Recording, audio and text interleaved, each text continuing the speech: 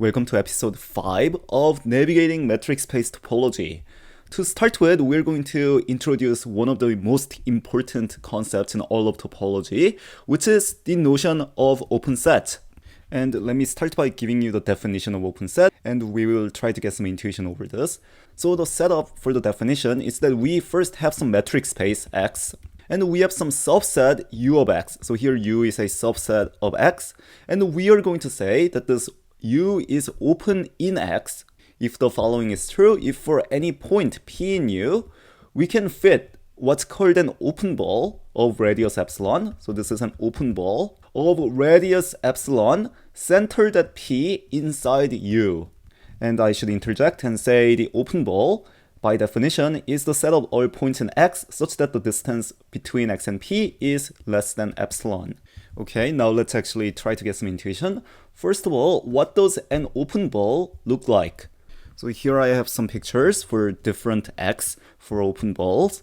So when X is R2, and we have some point P, and we have some radius epsilon, so we have some distance epsilon, then the open ball is going to look something like this. It's going to be a disk centered at P of radius epsilon, where we do not include any points in the boundary here, so represented by the dashed boundary as I've drawn. And the reason we get this picture for the open ball B epsilon P is because by definition this is all the points in R2 such that the distance to P is less than epsilon, and we have strictly less than epsilon here, and that's the reason we do not include any points in the boundary distance exactly epsilon away. Now, when X is R, so it's the real line, then the open ball is going to look like an open interval of finite length. So here we have some point P, and we just include every point within distance epsilon. Again, we don't include points that are exactly epsilon away, so we get this open interval. And here's one more scenario that's just as important. So let's say our space is S1. So here S1 is a circle. It's a one-dimensional circle, and I can explain what that means soon enough. But here we're thinking of S1 as being inside R2. So if I look at R2, here we have a circle, say a unit circle that's embedded inside. So we have this S1, which looks like exactly like this in R2. And the reason we use 1 here is if you imagine a person standing on top of a circle and you look at the circle, then the circle is approximately near that person going to look like a line. It looks like a one-dimensional line. So that's why it's called a one-dimensional circle. And similarly, S2, I guess I'll just mention in passing. So S2 is going to be a sphere, and S3 is going to have higher dimension and so on. But let's focus on S1 here. So what does an open ball in S1 look like? Well, let's say we have some point P and we have some radius epsilon again. And now what that's going to mean is that in R2, the open ball centered at P with radius epsilon is going to look like this. But that's not what we care about. In this case, our X is S1. And in the open ball, we only care about points in X. And I guess I should also add here, what is the metric on S1? Well, S1 is a metric space in the sense that it inherits the Euclidean metric in R2. Given any 2 points in S1, we can measure the distance between them by just thinking of S1 as being inside R2 and measuring the distance between them like this. So the distance here is going to be the distance between the points. I guess it's important that we're not measuring distance as distance on the circle. So this is not the metric that we're using, although you can try to develop S1 into a metric space using these kind of arcs that lie on S1, but we're just using the metric inherited from R2 here.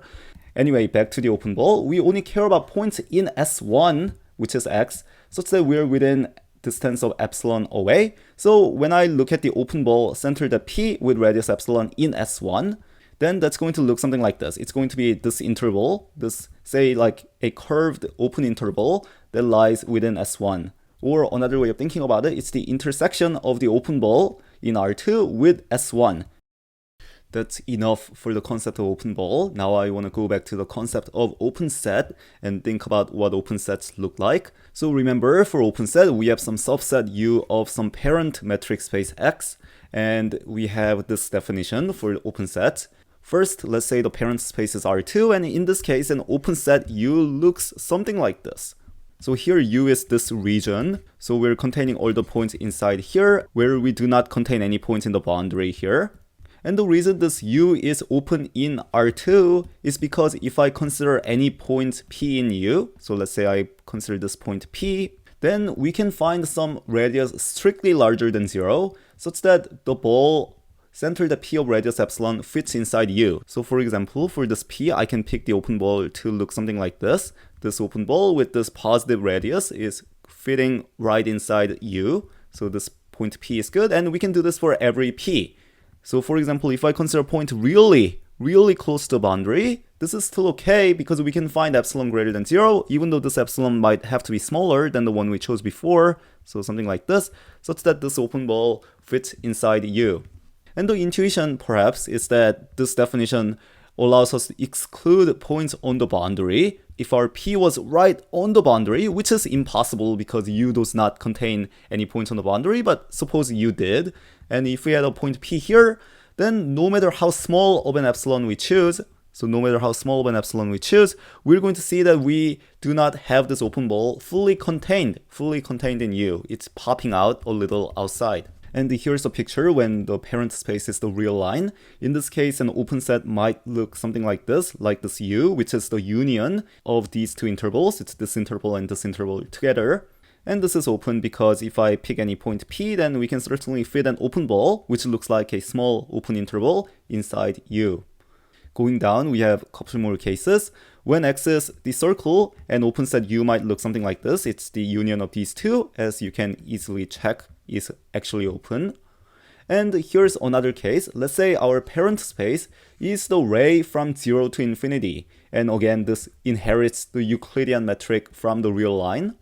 Now in this case, one possible open set U might look something like this. It might look exactly like this. It's a half open interval in R. And I claim that this is actually open in X.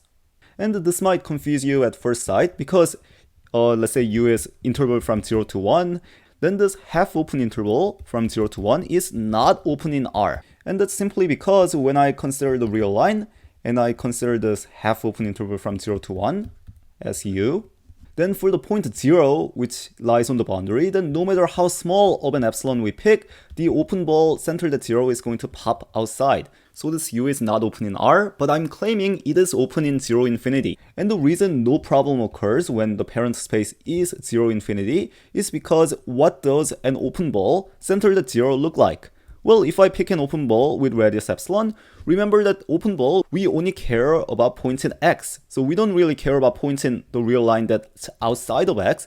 So the open ball centered at 0 with radius epsilon actually looks like this. It looks like a half open interval of radius epsilon. In particular, it does not look like this. This would be an open ball in R, centered at 0, but we're not working with that. We're working with this half open interval, and this open ball certainly fits inside U. And this example emphasizes that we really need to be aware of what the parent space is when we talk about open. Just to drive that point home, let's consider one more example of a metric space. Say metric space for the set of integers. So here metric is inherited from the real line as usual. And our metric space X looks something like this. So we're just containing all of these points on the integers, and of course it goes on forever in both directions. And now let me ask you a question of what an open set, so what does an open set U open in X, what does this look like? Well, here's my claim. I claim that any subset of the integers is actually open in X. So the claim is that every subset of the integers is actually open.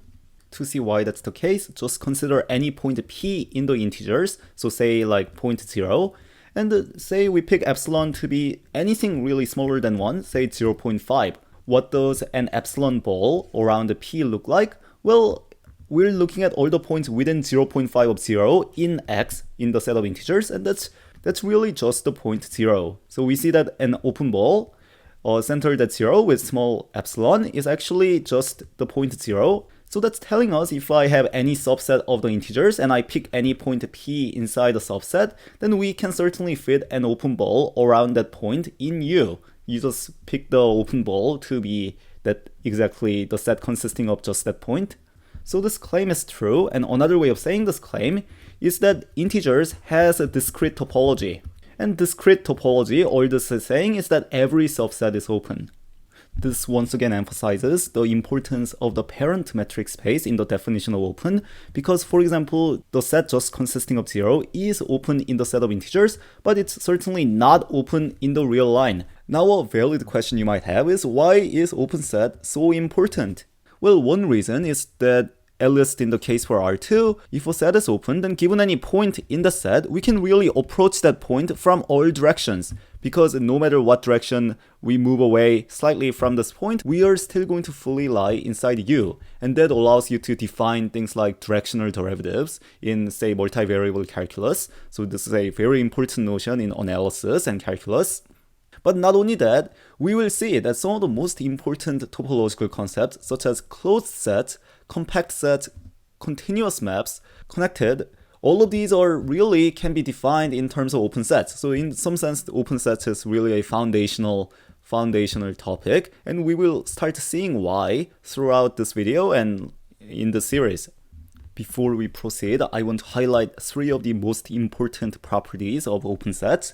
So let's say we have some metric space X, and I first claim that if I consider the empty set and I consider X, then both of these are open in X. So by empty set, in case you don't know, so this is empty set. This is a set with no element. So you can think of it as collection of nothing. And the reason these two are open in X is as follows. First of all, remember the definition of open.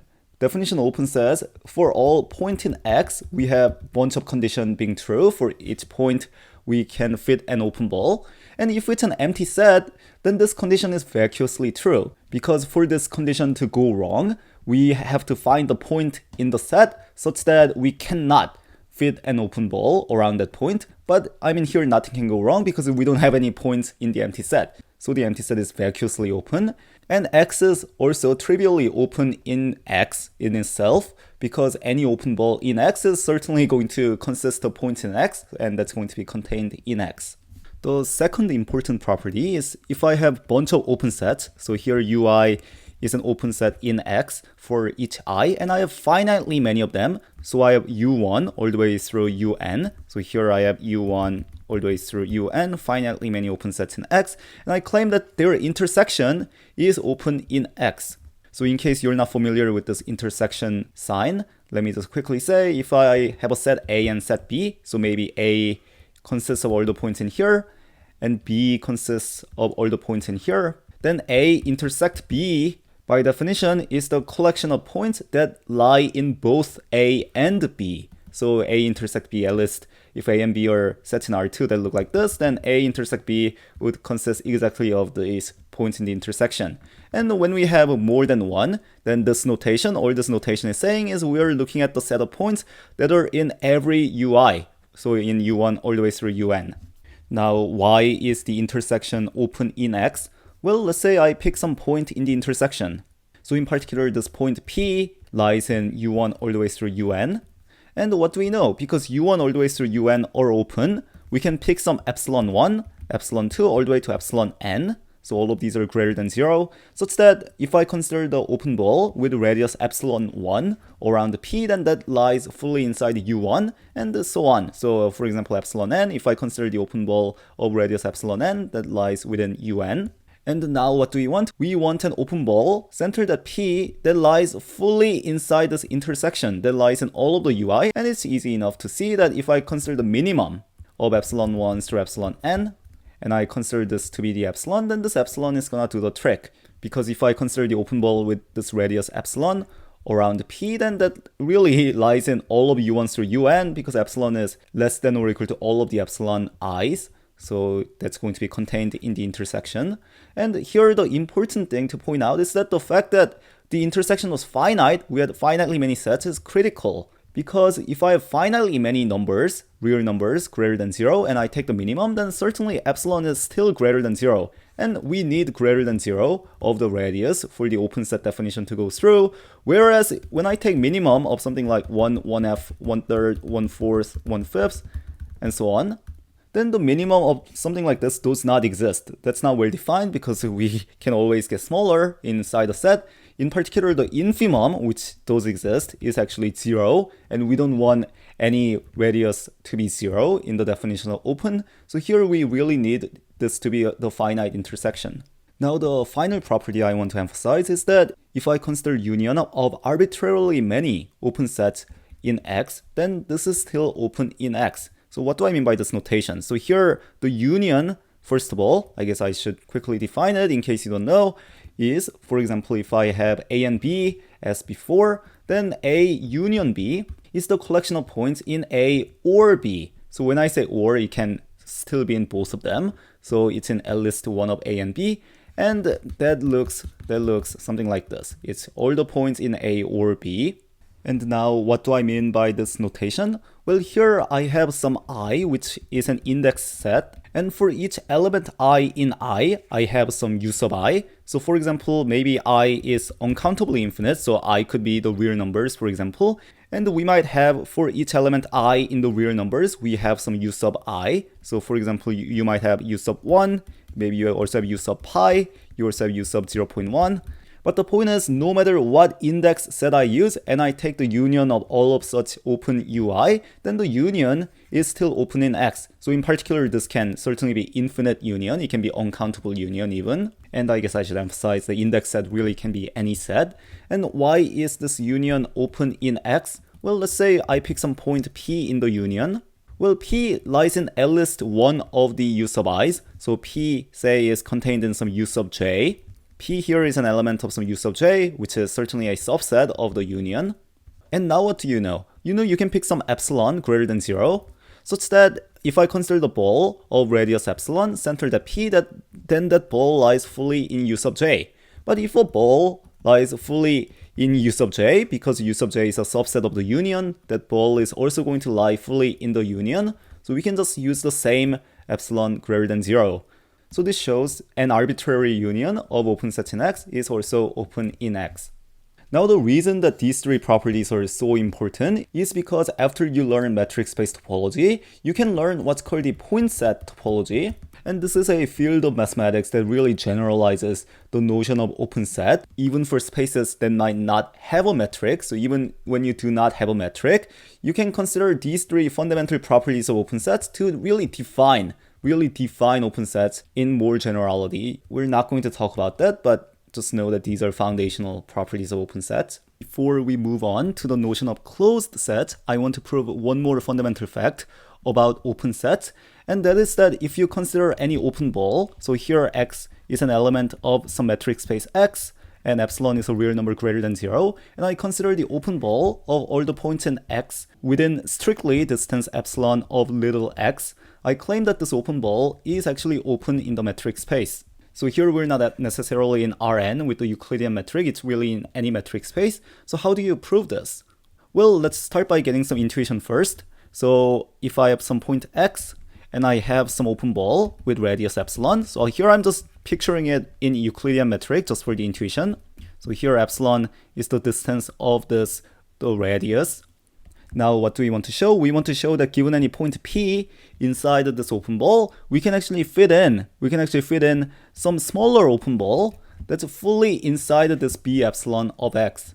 Now the question is, what kind of distance, what kind of radius for this smaller open ball are we supposed to pick? Well, intuitively, it looks like the distance of epsilon minus distance between X and P works.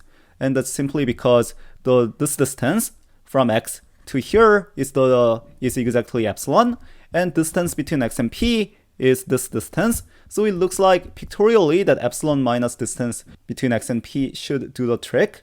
So our claim reduces to this statement that if I consider any point in the open ball with radius epsilon minus distance between X and P centered at P, then that open ball is actually contained in B epsilon of X, and we want this to be true in any metric space. Well, let's say I have some point, say Q, lying inside here. To show that the subset relation is true, we want to show that Q actually belongs to B epsilon of X. So we want to show that Q is in B epsilon X to finish the proof. And that exactly amounts to showing that the distance between Q and X is less than epsilon.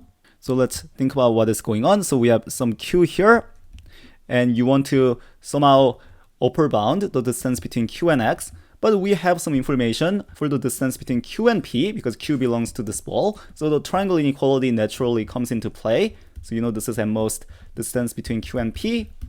plus distance between P and X. And what do we know? We know distance between Q and P is at most this radius, this epsilon minus distance between X and P, plus distance between P and X, and these two cancel out. So we in fact see that distance between Q and X is less than epsilon as desired. So we see that any open ball is actually open in X. Now I want to switch gears and talk about what's called the closed set. And here once again the parent metric space is important, and we have some subset A of X. So here A is a subset of a metric space X, and we are going to say that A is closed in X. And I'll give you two different definitions, and we will see soon enough that these two definitions are equivalent, so you can use either one.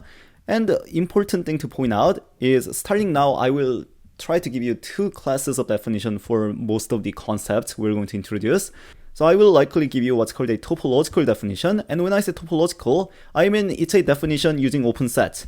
If you can phrase the definition just using open set, then it's a topological definition, and I'll use a metric space definition for something that kinda uses metric. Technically, in this particular definition, you can actually phrase it using just open set, so it's not quite a metric space definition, but you will see the difference between these two definitions soon enough.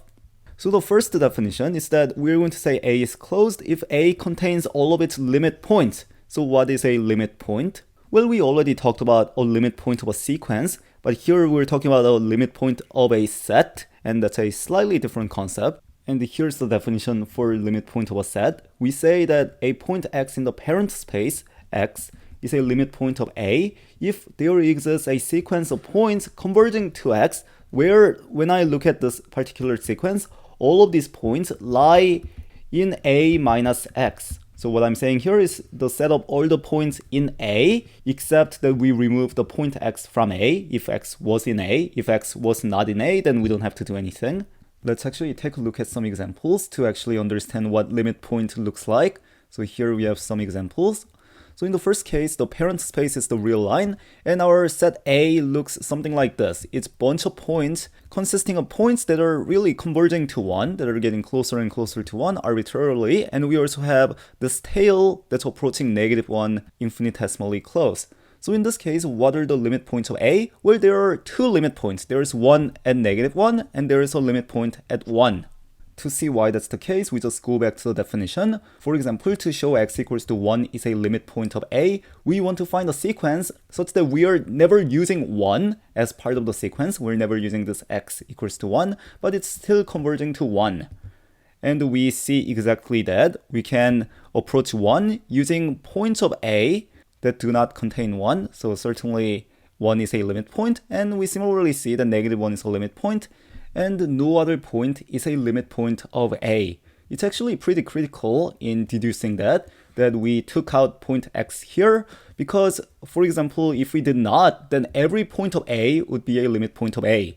For example, if this point here is, say, A, then we can consider the sequence A, and so on, which certainly converges to A, but the sequence does not do the trick, because we required the thing you're converging to, in this case A, to not be part of the sequence. So once you notice that, it shouldn't be too hard to see that the only limit points are 1 and -1. Okay, now let's go to the second example. In this case, our A is a set of integers, and I claim that we do not have any limit points. So there is no limit point. And that's simply because if we consider any real number, say a real number here, how can you approach this using points of A? Well, we really cannot, and that argument really works for any real number. So we see that there is no limit point.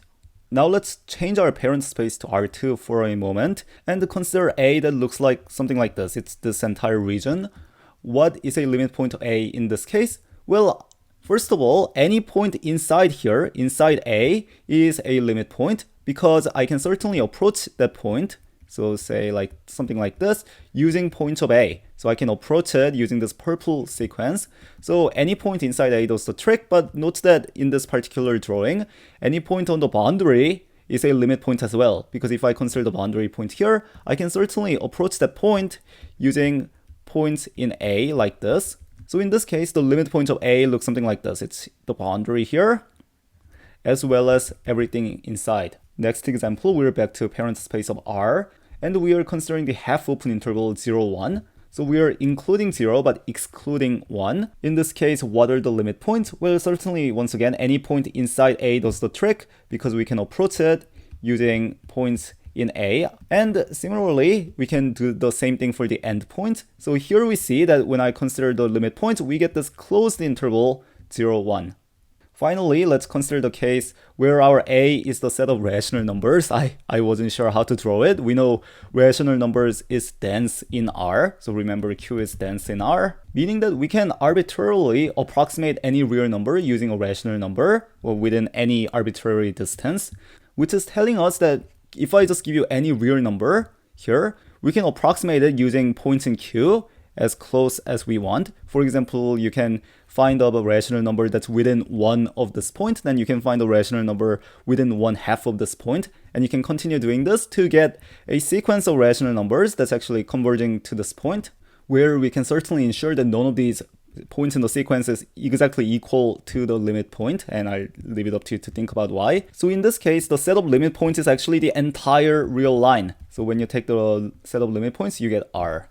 So I think that's enough intuition for the limit points. Now let's get some intuition over closed. So a closed set, so looking at the first definition, has to contain all of its limit points. So every limit point of A, which is a priori just a point in X, is also happens to be a point in A. So let's go back down and see which one of these sets happen to be closed. So in the first example, it kind of depends. I guess in A, we were excluding the limit points -1 and 1. So if -1 and 1 were not in A, then A is not closed. If -1 and 1 are in A, then you can easily check that there are no other limit points. So A would be closed.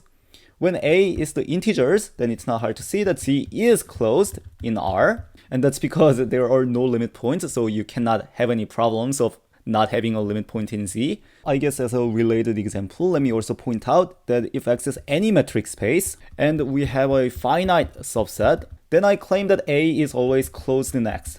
And that's simply because if I have a finite set, then A cannot have limit points in X.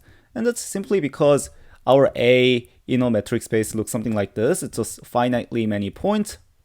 And I consider any point X in X, then simply by looking at the distance between X and all of these points in A and just considering a distance smaller than that, so by drawing an open ball of sufficiently small size around X, then it's easy to guarantee that we do not have any points in A inside this open ball, except perhaps X itself, if X happened to lie in A, but that's okay. And because we don't have any points in A in this open ball, we certainly cannot have a sequence converging to X, a sequence of points in A converging to X. So we see that A has no limit points, and by the same reasoning as in integers, we see that A is closed in X. Moving on, in this example, so if we include the boundary in A, so if A contained the boundary, then it is closed, but initially A did not have any points on the boundary, so A is not closed in R2. In this example, in this half-open interval, we certainly see that A is not closed because we do not contain a point in the boundary. And Q is certainly not closed in R. The limit points of Q is the entire real line, and we certainly don't contain many irrational numbers. So I think that does it for the examples. Let me actually also point out that for examples like this, A is not open, and it's also not closed. It's not closed because A did not contain the limit points of 1 and -1, and it's not open because, for example, around this point, we cannot fit in a small open ball in R in A, so it's not open and not closed. And similarly, for the rational numbers, it's not open and not closed in R. And I'll leave it up to you to think about the rest of the examples as well. But now let's go back up and look at the second definition of closed set, which is that A complement is open in X. In case you're not familiar with the notation, here A complement, so this is A complement, is the set of points in X such that X is not in A. So I'm just thinking of all the points in X that do not belong to A. You might also see this as being written as something like X minus A. It's the same sort of notation we were using here as difference between two sets. Okay, so now let's actually see this definition in action. So let's look at, for example, the case A equals to Z in R. So in this case, what is A complement? Well, A complement looks something like this. It's all of these open intervals. So we're looking at all the points in R that are not integers. So we get bunch of these open intervals, unions of open intervals, countably many in fact. And we easily see that A complement here is open in R because given any point in the complement, we can certainly fit in an open ball around that point inside the complement, and you can certainly do this for any point as you can check. So that gives you another way to see that the integers is closed in the real line. Now let's try applying this topological definition to a set that's not closed. So for example, this A. So remember what this looks like. So let me just draw it a little larger. The picture looks something like this. I've just drawn the dots around here. You similarly have something going on the other side. And here we have actually infinitely many points that's really converging to -1 in this direction. So let's now think about what A complement looks like. So when I try drawing A complement, it's going to look something like this.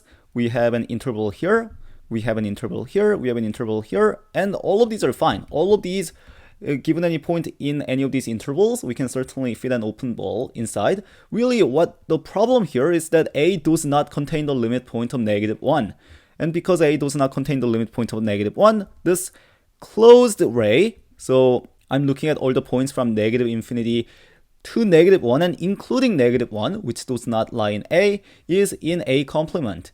And here really the problem arises at this limit point of -1. So if I consider this limit point of -1 and I consider some open ball around it, then open ball is always going to pop a little outside the -1. And because we have a point in A that's converging to -1, we are going to find some this blue point, some point in A that's actually within this open ball. So this purple interval cannot be fully contained in A complement. It actually contains some point in A.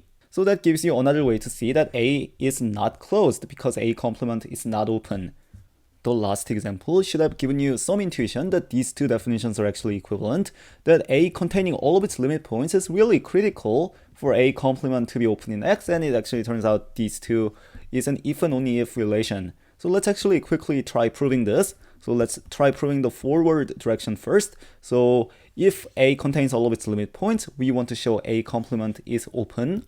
To do so, let's start by picking some point in A complement. So we have here some point P lying in the complement of A. And what do we want to do? We really want to be able to fit some open ball around P fully in A complement. If we can do this for any P, then we are done. But let's suppose we cannot do this. So no matter what open ball we try fitting it around P, it actually happens to contain some point in A. So that exactly means it's not lying in A complement. And here's now what problem can arise. Well, to start with, when I consider the distance of 1 away from P, this open ball was not fully contained in A complement. So we can actually consider some point A lying inside. Let's call it A1. And we can continue doing this for smaller open balls. You can consider an open ball of radius 1/2, and that did not do the trick. So we can find some A2 lying even closer to P. And by continuing to shrink the open ball like this, we can actually find a sequence of points in A that's converging to P. And since P was not in A, certainly none of the terms of the sequence can actually equal P. And this exactly implies that P is a limit point of A, meaning that A actually did not contain all of its limit points. So that shows the forward direction. Now let's try the backwards direction. So now we are assuming A complement is open in X, and I want to show A contains all of its limit points. To do so, let's say we have some point X in X that is a limit point of A. So we actually have a sequence in A minus X that's actually converging to it. So this is a sequence in A minus X, and it's actually converging to X. We want to show that X is actually in A because we want to show A contains all of its limit points, and X here was an arbitrary limit point. And here's how you do it. Suppose X was not in A. So suppose X is not in A. Then A complement is open in X, which is telling us we can actually find some open ball around X that's actually fully contained in A complement. So none of the points in this open ball actually lie in A. But now you have a problem because you know there is a sequence of points in A minus X that's actually converging to X, but we cannot have any point in A inside this open ball. And I leave it up to you to formalize this a little more, but this implies such a convergent sequence cannot exist. So you get a contradiction here. So X must actually be in A, showing the backwards direction as well. Now I want to spend some time talking about the notion of closure of a set. So here I have some A subset of a parent metric space X, and the closure of A, denoted A bar, is in some sense the outcome of a natural attempt to make A closed by enlarging A to also include the limit points of A. So closure of A, by definition, is A union the limit points of A. I think it's easiest to look at some examples. So in this example, when I take A closure, then it's going to be all the points in A union the limit point. So we're just going to throw in -1 and 1, and that's going to be the A bar. Now what about A equals to integers? Well, in this case, there are no limit points of A, so there's nothing to union with. So you're just unioning with an empty set. So we still get C. What about this example? Well, when I take the closure of the set, then we are going to include all the points in the boundary and also A as well. So we get this for A bar. And what about the closure of half open interval 0, 1? Well, in this case, we are going to get the closed interval 0, 1. And when A equals to Q and you take the closure, A bar is going to be the entire real line. When we're talking about closure, might as well talk about the notion of interior as well. And the interior is the outcome of a natural attempt to make A open by only restricting attention to points in A such that we can fit an open ball around the point fully inside A. So it's the set of points in A such that there exists some open ball with positive radius around it fully contained in A. So let's consider what interior is in these examples. So in this one, when I take the interior, I actually get the empty set, because there does not exist a point in A such that we can actually fit a small open interval fully inside A, as you can easily see. So interior here is empty, and by a similar reasoning, interior of A for integers is empty as well.